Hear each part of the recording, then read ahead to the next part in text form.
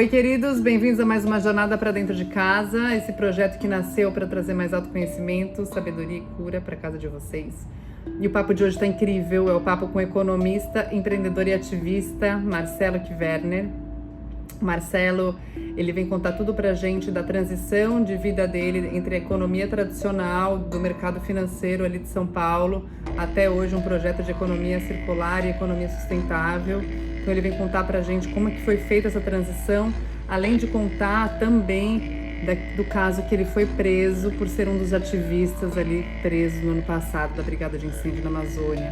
Então vem com a gente, vem conhecer um pouco mais, está só começando, é um prazer ter você aqui.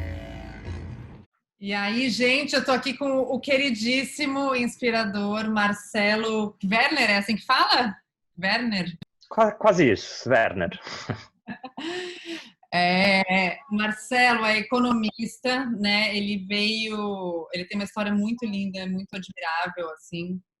Ele veio do universo bem paulistano ali das grandes, né? Da Faria Lima, do mercado financeiro e foi entrando no seu propósito, caminhando de acordo. Então, hoje em dia, ele estuda economia sustentável, economia circular, todos os novos tipos de economia que o nosso mundão está precisando tanto.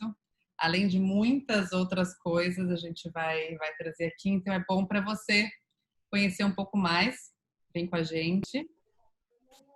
Marcelo, me conta um pouco mais de como tudo começou e como que você encontrou na sua trajetória um respiro para encontrar o seu propósito. Legal, Paulo. Primeiro, obrigado pelo convite, essa oportunidade de bater esse papo com você e com a galera que segue a página da Mana. Também digo as mesmas palavras para você, eu conheço um pouquinho do trabalho de vocês, os lugares que vocês visitam, né, Alter do Chão e região, e então eu sei o quanto maravilhoso é poder trazer as pessoas para conhecerem um pouco mais da Amazônia, né, e terem essa jornada de autoconhecimento e também de conexão com a natureza, né. Então, é bem parecido com o que eu fiz depois de sair do mercado financeiro, né. Acho que voltando um pouquinho, eu passei 12 anos trabalhando em bancos de investimento mesmo, né, com transações milionárias, empresas gigantescas, né, e era bem aquela vida típica de Faria Lima, né, onde a gente mais pensa é qual carro a gente vai comprar e o bônus que a gente vai ganhar e fica nisso, né. Mas aí, ao longo do tempo, eu comecei a, principalmente, fazer meditação e yoga, né? Sempre tive uma conexão muito forte com a natureza, né? Então, eu saía nos feriados e férias do mercado, eu estava sempre na natureza, né? Fins de semana. Mas, pouco a pouco, eu fui entendendo um pouco mais de mim mesmo, né? O que me faz feliz, o que para mim faz sentido, né? E mais eu comecei a entender que lá no mercado financeiro quase nada fazia sentido, na verdade, né? Por um tempo eu ainda pensei, não, mas eu tô aqui talvez para mudar alguma coisa aqui de dentro, né? E sei que alguma coisa pode ter mudado, mas a sensação de que eu não encaixava e de que não fazia sentido estar ali foi crescendo cada vez mais. Eu lembro uma vez eu fazia, eles chamavam de roadshow, para outros países, né? A gente ia para Nova York para falar com o investidor, ia lá nos arranha-céus de Wall Street e tal. E eu lembro uma vez que eu estava lá no meio de uma transação e aí à noite, depois do trabalho, eu quis dar uma volta. E aí na Quinta Avenida, já fechada, já era bem tarde, eu vi umas 4 ou 5 pessoas dormindo no chão. Pessoas em situação de vulnerabilidade na frente de uma loja de relógios caríssimos, né?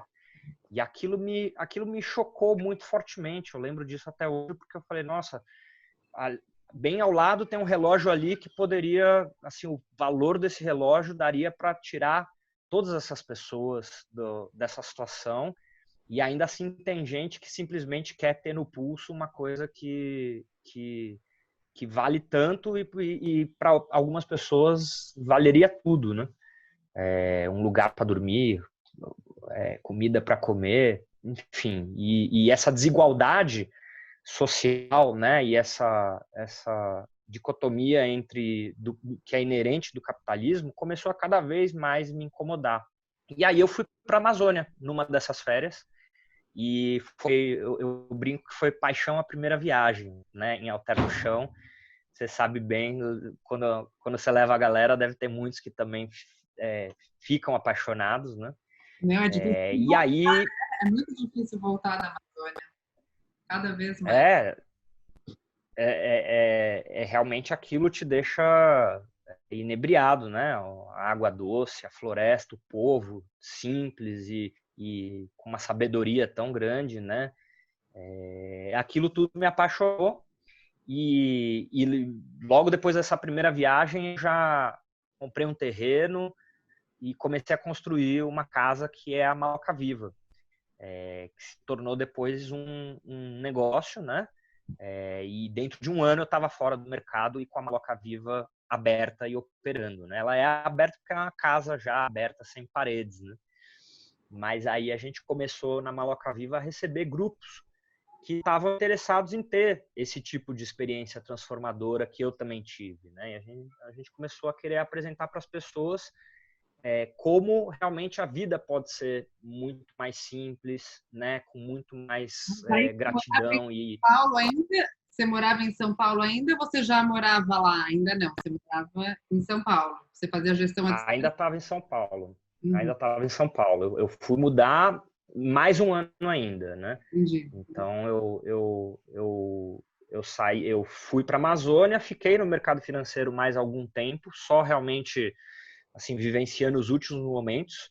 E aí a Maloca Viva abriu e só depois de um ano e pouco que eu efetivamente me mudei para Alter do Chão e fui morar lá, né? E aí aquilo tudo era maravilhoso, né? Porque a gente começou a trabalhar com um propósito, né? Com uma ideia de realmente buscar nas pessoas uma transformação, né? Ou pelo menos apresentar os meios para essa transformação acontecer, né? Com meditação também. Você, mulher, e você já tinha filhos na época? Ainda não? Ainda não. Ainda não. Depois de um ano da Maloca Viva, foi quando nasceu meu primeiro filho. E aí a gente foi para lá, porque a gente já vinha indo assim a cada 2 meses, a gente passava um mês lá, 2 meses lá no fim do ano. Aí a gente foi com ele e aí a gente percebeu que ele também amou, né? E aí a gente pensou que não fazia nenhum sentido estar em São Paulo, sendo que a gente já tinha amigo lá, já estava com negócio lá, a gente amava lá. Quando eu voltava de lá, eu voltava chorando. Eu falava assim, passar 2, 3 semanas lá e na hora de voltar, eu falava, não quero voltar, quero continuar aqui. E aí, finalmente... Zero saudade de São Paulo? Mudou. Zero saudades? Não tinha. Durante um tempo até rolou um pouquinho até uma aversãozinha assim a São Paulo, tipo, não, lá nada de bom acontece, o que não é verdade, né? Depois de um tempo a gente integrou e sabe que até tem uma pessoa lá muito sábia que me falava, olha, da onde vem a doença também vem a cura, né? E aí a gente vê em São Paulo uma série de movimentos aí em favor da sustentabilidade, da solidariedade, muita gente bacana fazendo muita coisa boa, né? Mas durante um tempo era isso, não queria nem saber de São Paulo, queria estar lá e aproveitar tudo de bom que tem lá, né? Que ano que foi isso que você estava lá, que se mudou mesmo? Isso foi 2016, começo de 2016 que eu mudei de vez, que eu fechei as coisas aqui em São Paulo e fui para lá, né? E aí a Maloca Viva continuou, a gente continuou nessa missão de trazer as pessoas, eu trouxe mais de 800 pessoas para fazer muito parecido com o que vocês fazem lá na Mana, né? A diferença é que a gente não fazia a jornada toda embarcada, mas a gente fazia uma jornada também numa casa sem paredes, no meio da floresta, né? A gente colocava a galera a dormir em rede, né? Até durante um tempo era só rede a opção. A gente falava, não, você quiser vir, venha aberto para essa experiência da rede. E uma grande maioria das pessoas voltava também apaixonado por rede, trazia a rede de volta, instalava gancho de rede, instalava gancho na sala da casa, no quarto. E percebia que realmente aquilo que eu também percebi, né, que a gente não precisa de muito para ser feliz, né? Eu pude perceber que eu estava nesse ambiente de ganância, mas o que de fato me faz feliz é estar com o pé no chão, é estar na natureza, é estar com gente que eu gosto, é estar trabalhando e fazendo alguma coisa de bom. Então, nada disso demanda muito, né? Não demanda ser rico, né? Você poder fazer tudo isso já é ser rico, sem a questão financeira, né? E aí, estando lá em Alter do Chão, eu criei outros negócios, né? Mas um legal de mencionar dentro do contexto desse papo é o Permalter, que é um coletivo que eu criei, inclusive, com o Dani também, que é seu grande amigo, que já conversou aqui contigo, né? A gente criou o Permalter como um negócio social. Era a ideia de que a gente envolvesse pessoas que pudessem gerar renda através de serviços ambientais.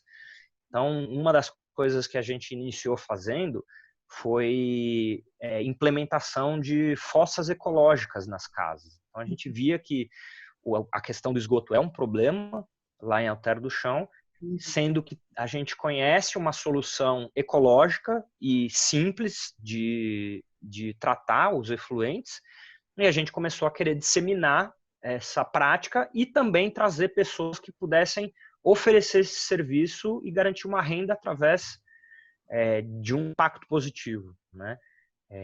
As fossas era uma linha e a outra era a compostagem de resíduos. A gente começou a recolher o resíduo orgânico de pousadas e restaurantes e fazer a compostagem e entregar de volta o adubo líquido e o fertilizante. E isso gerava renda, né? Os restaurantes e as pousadas mais conscientes estavam dispostos a pagar um valor para que esse serviço fosse feito e eles pudessem ter certeza de que eles não estariam prejudicando o meio ambiente, né? E aí a ideia era que isso trouxesse pessoas da própria comunidade para que começassem a ser realmente um trabalho, né? E olha que ótimo trabalho, sem um trabalho que protege a natureza, né? E aí a gente criou o Permalter. O Dani, que já conversou um pouquinho com você, que eu assisti a live, falou um pouco sobre a brigada de incêndio, né? E aí a gente estava lá com a brigada de incêndio Permalter, e aí a gente resolveu institucionalizar essas iniciativas. A gente falou, olha, a gente está fazendo isso daqui, a gente quer fazer mais, a gente quer captar recurso para apoiar esses trabalhos que a gente tem feito. Vamos criar um instituto, né? E aí nasceu com mais várias outras pessoas a ideia de criar essa instituição, que é o Instituto Aquífero, que veio para não só institucionalizar essas duas frentes, né, a brigada de incêndio e o Permalter, mas também criar novos projetos, né, em que a gente traria consciência ambiental, traria proteção da natureza lá em Alter do Chão. Que é essa ideia de fazer a nossa parte, né? Aí já é o ponto onde a economia toda da sua vida já começa a tomar totalmente a forma da sustentabilidade, ela já está transitando por esse universo, né?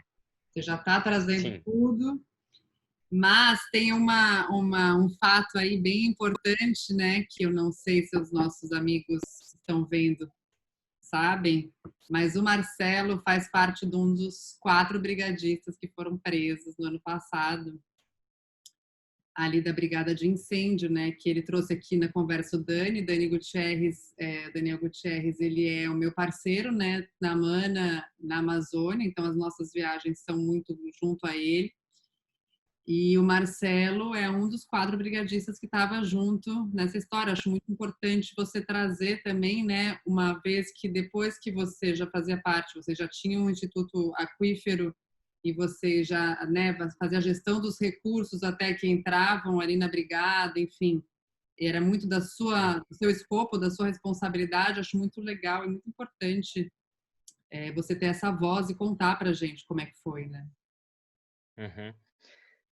Pois é, a gente vinha fazendo esses vários trabalhos, né, ambientais, né, a brigada de incêndio e todos esses outros que eu comentei, até o momento que nossa atuação foi criminalizada mesmo, né? Ou seja, a gente entende claramente que existiu algum tipo de intenção em fazer isso com a gente. Não sabemos o que, se era para que a gente parasse, né? Mas o fato é que a gente vinha estruturando algo bem transformador, né? Que tinha a parte voluntária de combate a incêndio, né? Uma coisa para se fazer por amor, mas tinha também uma possibilidade de você trazer para as pessoas uma consciência ambiental, né? Através desses programas educativos e através da renda, né?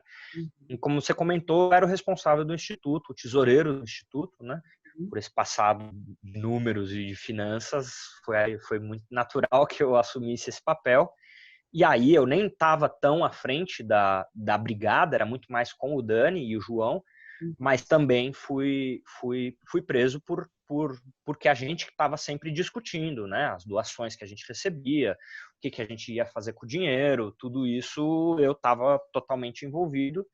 E aí fui um dos que foi criminalizado nesse episódio, né?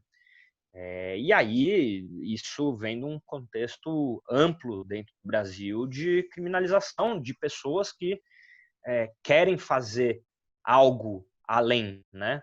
Eu lembro na primeira noite da prisão, eu e o Daniel, a gente virou um pro outro e falou, poxa, assim, o que a gente foi inventar, querer fazer o bem, e olha o que aconteceu, podíamos estar lá simplesmente ganhando nosso dinheiro, fazendo nosso negócio e ninguém ia incomodar a gente ia estar normal, mas a gente também não ia estar fazendo nada por ninguém, a gente resolveu fazer algo a mais do que se espera da gente, né, de uma pessoa que vai morar lá, a gente quis contribuir com a comunidade, com a natureza e sofremos esse ataque, né?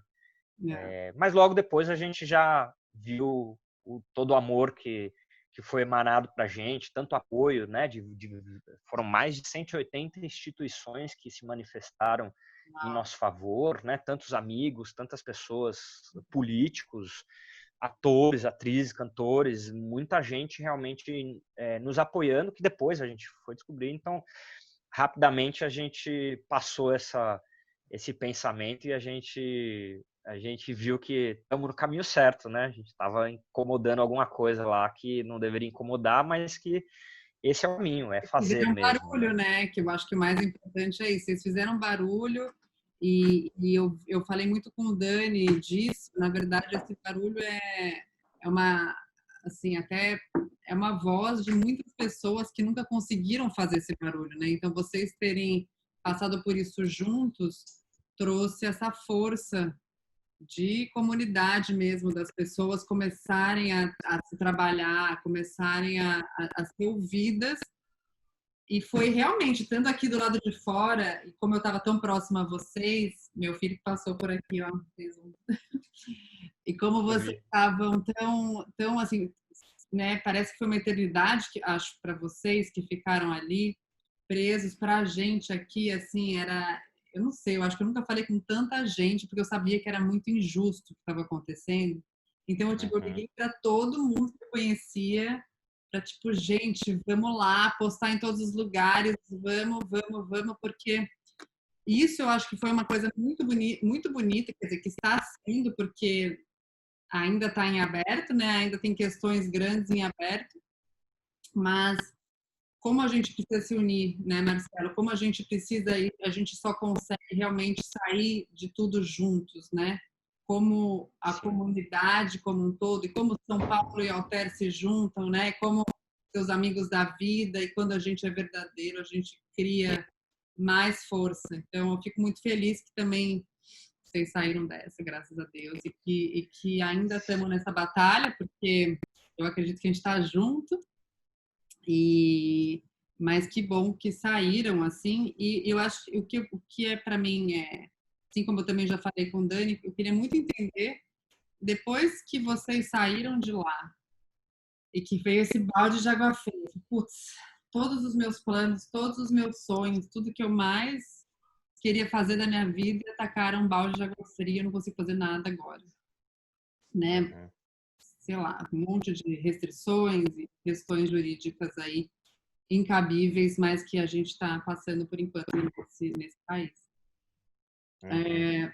Sim. Como que isso agora, como que você está se reinventando, né? Lógico que a gente está falando de um Uhum. momento de pandemia, e muita coisa global, né? Imagina, a pandemia não tem nem como a gente mensurar o impacto, mas como que você Sim. está se preparando e o que você está fazendo que você vê como um próximo passo?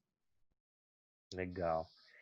É, é um momento que quando acontece essas coisas na nossa vida, dá um chacoalhão e aí você se coloca na pergunta, né? O que eu vou fazer agora, né?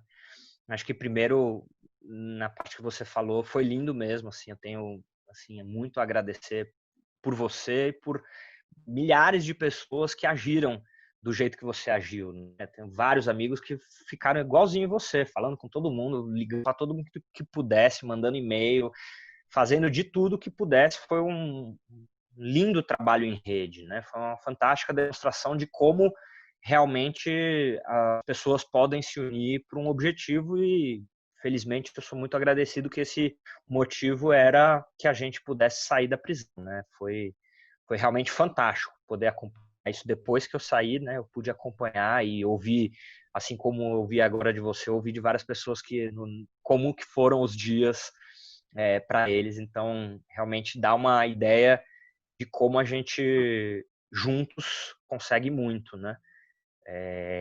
E acho que o mundo está dando agora uma demonstração nesse sentido também, né? A gente brincou, a gente nem saiu da cautelar e já entrou na quarentena, né? A cautelar é essa medida que restringe que a gente saia à noite, saia de fim de semana, que ainda está em vigor, né? Não mudou, assim, parece loucura, mas é isso. Eu estou aqui a mais de 1.000 quilômetros de distância de Alter do Chão e eu, teoricamente, pela justiça, sou considerado um perigo, sei lá, se eu posso queimar o Parque Ibirapuera, alguma coisa assim, porque ainda tem essas restrições, né? E aí durante essa quarentena, eu pude aproveitar bastante para estudar um pouco mais, né? Uhum. Eu sou economista, como você falou no primeiro momento, eu tenho essa experiência corporativa, né, de mercado, estudei a fundo empresas, né, gestão mesmo, não só financeira, mas gestão das empresas, estratégia empresarial e planejamento, tudo isso, e depois tive esse caminho de negócios sociais, de empreendedorismo, né? Eu também empreendi e agora eu tenho imaginado fazer a união disso tudo. E agora talvez não mais no local, no âmbito local, mas de que forma talvez eu consiga ajudar para que o mundo caminhe nessa direção um pouco que eu caminhei, né? Eu acho que está caminhando, né? Infelizmente, essa tragédia da pandemia, tanta gente sofrendo, tanta, tanta violência mesmo acontecendo com as pessoas, infelizmente trazem essa aceleração de processos que vinham sendo iniciados, né? Então, até foi super icônico que em janeiro foi a reunião de Davos, né? A famosa reunião do Fórum Econômico Mundial, onde se reúne todas as lideranças econômicas mundiais, do mercado financeiro, ministros, né, de economia do mundo todo se reúnem, e lá já vinha sendo discutido fortemente que realmente tanto empresas como a sociedade como um todo precisa trabalhar para algo além do lucro, né?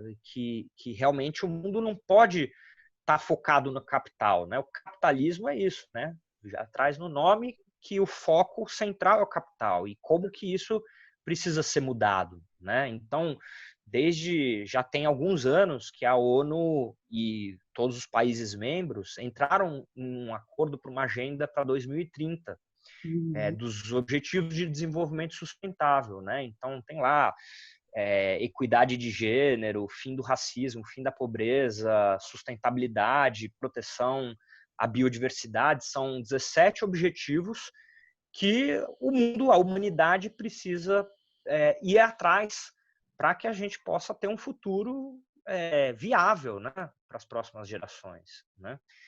Então isso já começou a virar mainstream, né? Já começou a ser foco de uma série de empresas, né? Recentemente, o maior fundo de investimento do mundo anunciou que não vai mais investir em petróleo e gás, né? Teve a coragem de dizer, olha, não adianta. Em 92, na Eco 92 no Rio de Janeiro, já foi falado sobre combater a mudança climática, né? E muito pouco feito. As emissões de carbono continuaram crescendo. E agora, finalmente, parece ter chegado o momento em que as pessoas falam, não, precisamos ter coragem, depois que a Greta Thunberg vem e aponta o dedo na cara de pessoas muito mais velhas e deixa todo mundo sem palavras, parece que começa a realmente existir a coragem de dizer, não, doa quem doer, precisa parar de furar o fundo do mar atrás de um petróleo, sendo que tem tecnologia para se fazer algo muito menos poluente, muito mais sustentável, né? Então, essas demonstrações das lideranças, né? Porque a economia circular, por exemplo, que está muito ligada à permacultura, que a gente trabalhava um pouquinho lá, já existe há bastante tempo, né? Mas finalmente começa a talvez se tornar mais importante do que o que lá na Faria Lima predomina, né? Então, a economia circular, que pede que os produtos e os serviços tenham uma integração maior, com menor geração de resíduo e um reaproveitamento dos recursos muito mais inteligente, né? Então, essas coisas têm demonstrado, não são mais papo de comunista e papo de permacultor que vive de bermuda, mas sim passou a ser seriamente discutido nos âmbitos internacionais, né? E também a economia social e solidária, né, onde você você atua sem precisar receber nada em troca, né? Então, desde pequenas coisas como num condomínio de prédios, você faz um rodízio para ver quem limpa o salão ou quem cuida dos filhos. É uma economia, mas que não tem transação, né? Não tem troca de valor monetário, né? Então, todos essas alternativas mesmo que a gente tem já vinham sendo ganhando mais espaço, e com a pandemia só fica mais claro que não tem outro caminho, né? A gente vê, infelizmente, nessas situações de crise, e infelizmente parece que tem que ser a base da dor, né? Na história da humanidade é assim, tem demonstrado claramente o que é essencial, né? Se eu ter um armário com 500 pares de sapato ou se eu ter uma árvore na minha casa, né? Qual das duas coisas são mais importantes, né? E aí essa pandemia vem demonstrando cada vez mais que é possível trabalhar em rede, que é não só possível, como necessário trabalhar dentro da solidariedade, né? E eu venho estudando um pouco, talvez seguir esse caminho, né? Porque eu penso que no final das contas é tudo uma questão de consciência, Paulo. É tudo uma questão da gente ter dentro da gente, e aí a gente também é o CEO de uma empresa gigantesca, é também um político, um presidente, ter dentro da gente o que é mais importante. Se faz sentido eu ter um relógio de $30 mil, enquanto alguém precisa de $50 para poder ter, né, refeição na mesa dele na semana, né? O que faz mais sentido, né? E aí as pessoas, a gente atingir esse marco civilizatório mesmo, né? Que a humanidade já atingiu vários marcos civilizatórios. Se for pensar há 150 anos atrás, era normal a escravidão, né? E aí tinha gente que falava, é ruim, né, escravizar, tal, mas vai fazer o quê? A economia precisa desses escravos. Como é que a gente vai fazer sem escravidão, né? Quem que vai pagar essa conta? Né? Essa discussão existia naquela época. Assim como existe essa discussão, mas é melhor ficar em quarentena ou deixar a economia naufragar? E essa é uma escolha que, na verdade, ela não precisa ser feita, né? Existem diversos mecanismos, né? A economia é uma coisa inventada pelo ser humano. E o ser humano tem total capacidade de inventar algo que não deixe, que não seja tão frágil assim, né? Que deixou as pessoas em casa durante 2 meses porque tem um vírus lá fora e precisa estar dentro de casa, não pode ter contato social, tudo desmorona, né? Que tipo de...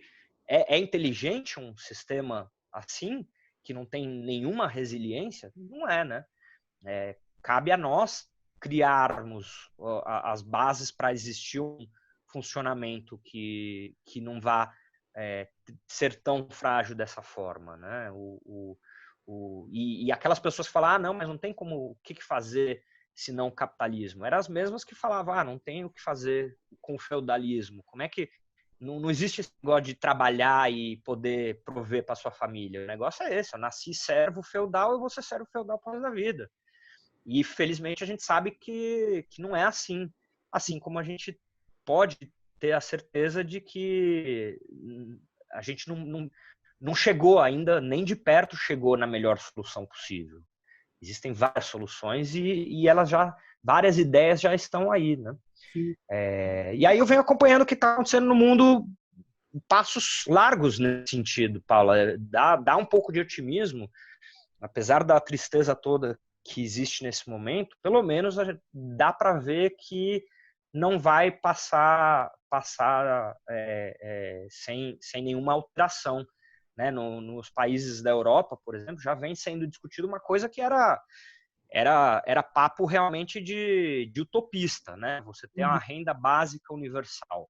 Era coisa que as pessoas falavam, não, mas isso não funciona na prática, como é que a gente vai pagar isso? E se você pagar todo mundo um valor, você não vai deixar de ter inovação, as pessoas vão ficar preguiçosas dentro de casa, e a gente está vendo que não tem nada a ver, e nesses países já vem sendo discutido fortemente a adoção disso. Na verdade, está sendo adotado, né? Na medida que o governo está pagando o salário das pessoas, o governo está dando dinheiro para as empresas, os governos, né? No geral, até no Brasil, apesar de não funcionar tão bem e ter começado pouco, está tendo esse auxílio emergencial que nada mais é que essa renda básica, né?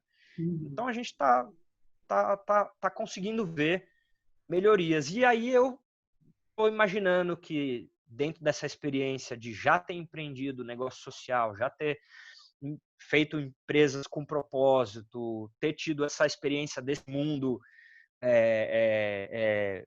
mais mainstream do capitalismo corporativo e tudo mais, eu tenho pensado talvez em buscar fazer alguma diferença nessa área, né? Que eu gosto muito também, que eu curto muito conversar sobre isso também. Não, e com certeza é muito inspirador mesmo, porque eu faço parte também do time dos otimistas, né? Eu acredito que é tudo uma questão de abrir a consciência para fora da caixa que a gente é colocado, assim como exatamente a gente passou pelo feudalismo, a gente está passando por uma nova fase onde eu acredito muito nesse sistema. Eu acredito muito e dou muito valor aos seus novos estudos e essas novas formas de se fazer economia, e eu realmente não vejo outra saída a não ser essa de todos nos unirmos. Pode parecer utópico agora também, mas eu acredito também que apesar de a gente ainda vai chegar nesse lugar de todos nos unirmos, do governo começar a criar, né, o nosso governo, imagina, é doente há milhões há muito tempo, a gente está querendo construir uma nova resposta, mas essa mudança ela é a partir, no meu ponto de vista, do indivíduo mesmo. Eu mudando o meu mundo e a minha perspectiva, então você mudando o seu mundo, a sua perspectiva, você vai conseguir abraçar outras pessoas que começam a se unir à sua ideia de alguma forma e começam a ver que cada vida tem valor, e aí que a gente começa a aumentar, que é um pouco até do porquê de trazer esse papo para cá, para inspirar as pessoas a entenderem o seu poder próprio, de se motivarem e aprender que existe saída fora do sistema que a gente foi colocado, né? Então, eu vou deixar até os teus contatos, mas assim, aqui espalhado no vídeo, nem sei aonde que vai entrar, mas para que as pessoas que tenham dúvidas e procurem saber mais, que elas te consultem, né? Sobre esse tema de como fazer melhor. E eu queria, a gente está chegando já no fim do nosso papo, queria saber, assim, como que cada pessoa, como que eu, no meu indivíduo, como que as pessoas podem começar a caminhar para a sustentabilidade, para uma economia mais sustentável. Uhum. É muito importante, eu concordo total e também acho isso, né? Que a consciência é o que está no fundo mesmo a raiz mesmo da mudança, né? Ou seja, a partir do momento que a gente não tiver passar a ser motivo de vergonha uma pessoa consumir exacerbadamente e não motivo de orgulho, ou seja, a pessoa ter 5 carros esportivos na garagem ser algo para ela se envergonhar e não para ela se vangloriar, quando as pessoas atingirem essa consciência, a gente vai conseguir fazer essa mudança. Mas é muito importante também entender que esse consumo consciente, né, ou seja, o próprio indivíduo entender o que é o consumo consciente, né, e passar a realmente, dentro das suas ações, ter uma preocupação maior social e ambiental, é muito importante que elas entendam que não é só no consumo e no jeito que você acredita, né? Porque era isso, eu lembro que eu lá na empresa que eu trabalhava, eu levava a minha caneca, porque eu não queria consumir o copinho plástico, mas quando eu fazia uma ligação, eu estava ajudando uma empresa do agronegócio que não estava nem aí para a preservação ambiental. Então, eu realmente estou fazendo a diferença, eu não consumo canudinho? Não, eu estou fazendo a diferença principal se a minha energia, se a minha dedicação é para algo que eu acredito, né? Então não adianta a gente ter um consumo consciente, mas a gente trabalhar numa empresa que não tem essa consciência ou pelo menos não entende os diversos âmbitos dos impactos que ela causa, né? Ou seja, mais e mais, eu mencionei lá no Fórum Econômico Mundial, tem sido falado sobre o stakeholder capitalismo, né? Que é o capitalismo das partes interessadas. Então, muitas vezes o acionista é a figura principal. Então, ele tem que ganhar dinheiro, tem que dar lucro no final do ano. E na verdade, está sendo entendido que tem que ter as várias esferas de impacto da empresa, funcionários, clientes, vizinhos, né? Todo mundo que está em volta, orbitando a empresa, precisa ser considerado, né? E aí nossa vida pessoal também é isso, né? Ou seja, se a gente tem um consumo consciente, mas a gente está dentro de uma engrenagem que não tem isso ou que não busca isso, não adianta, né? A gente tem que olhar, acho que um pouco também para quais são as atividades que a gente faz. Então, às vezes a gente fala, às vezes não adianta a gente fazer uma doação, não que não seja bom fazer doação, façam, a gente fazer uma doação e depois tá com a consciência tranquila e daí a gente não entender impactos que a gente possa causar no nosso dia a dia, né? Dentro da nossa empresa ou dentro do nosso trabalho, né? Então, acho que para as pessoas poderem estar dentro dessa nova era em que importa muito, né, o que a gente faz, é preciso olhar globalmente e integralmente vários aspectos, né? Em que vem, claro, essa necessidade de material para todos, né? Então, quando a gente fala, às vezes, de erodir o capitalismo e mudar, não é que a pessoa, às vezes, fala assim, mas eu quero assistir Netflix. Poxa, se acabar o capitalismo, eu não vou poder assistir Netflix. E não é assim, né? Os mercados, a compra e a venda, os serviços, não é isso que a gente está falando. A gente está falando de uma consciência empresarial, governamental e pessoal de que é necessário avaliar e até precificar mesmo também os impactos ambientais e sociais. A gente passar a entender que não faz sentido a gente ter não ter justiça social, enquanto uns têm tanto, outros têm tão pouco, né? Ou seja, a felicidade, que ultimamente acho que é o que todo mundo busca, ela não é completa se ela não é para todo mundo, né? Como é que eu foi o que eu me senti lá em Nova York. Eu falei, eu estava feliz que eu estava fazendo uma transação que ia dar certo, mas eu vi uma pessoa dormindo no chão, aquilo não deixa a minha felicidade ser completa, enquanto outras pessoas também estão passando muito mais dificuldade, né? E aí eu acho que quanto mais a gente entender, a gente se incomodar com isso, né? Claro, acho que todo mundo minimamente se incomoda, mas de fato buscar como fazer para que isso não aconteça mais.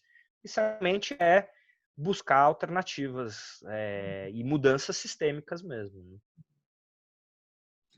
Maravilhoso, é isso. Autorresponsabilidade, enxergar o próximo, né? Enxergar o próximo sabendo que somos parte de um todo e que é isso. Não dá para estar feliz 100% vendo que existem pessoas que não têm o básico para comer, para se vestir, para dormir, né? É uma grande reflexão e ela parte, né, desse lugar de abrir os olhos, tire as vendas, né? A gente faz parte, a gente tem poder de escolha e passo a passo também, né? Cada dia uma construção nova. E é isso, meu querido. Eu agradeço muito. Que papo gostoso, que vontade de ficar horas e horas, assim, e acredito que é muito importante a gente trazer esse conteúdo mesmo. Me dá muito prazer. Assim, estou me sentindo muito bem, assim, de trazer mais essa conversa aí para todo mundo. Obrigada.